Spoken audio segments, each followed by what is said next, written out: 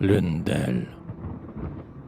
Les grands appartements qu'elle habite l'hiver sont tièdes, au plafond léger comme l'éther, plantes d'amoureuses peintures.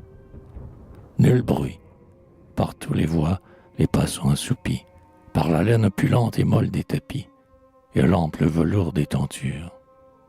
Aux fenêtres, dehors, la grêle a beau sévir, sous ces dalles de glace à peine on s'en frémir, l'épais vitrail qui les renvoie. Et la neige et le givre aux glaciales fleurs restent voilés aux yeux sous les chaudes couleurs de longs rideaux brochés de soie.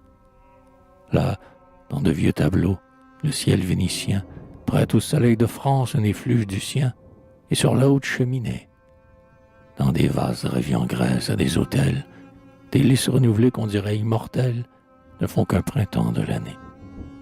Sa chambre est toute bleue et suave, on y sent le vestige embaumé de quelques œils absents dont les regardait la mémoire. Ses genoux, pour prier, posent sur du satin, et ses aïeux tenaient d'un maître florentin son crucifix de vieil ivoire.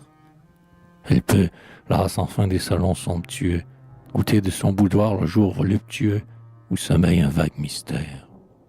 Et là, de ses yeux levés rencontre un Watteau, où de sveltes amants, un pied sur le bateau, vont à Paris pour s'y taire. L'hiver passe, elle émigre en sa villa d'été, elle y trouve le ciel, l'immense aménité, des monts, des vallons et des plaines. Puis les dahlias qui bordent la maison, jusqu'au dernier flot des blés de l'horizon, elle ne voit que ses domaines. Puis c'est la promenade en barque sur les lacs, la sieste à l'ombre au fond des paresseux hamacs, la course au pré en jupe blanche, et le roulement doux des calèches au bois, et le galop, voilette au front, badine aux doigts, sous le mauvais arceau des branches. Et par les midis lourds, les délices du bain, deux jets purs inondant la vasque dont sa main tourne à son gré l'école de cygne.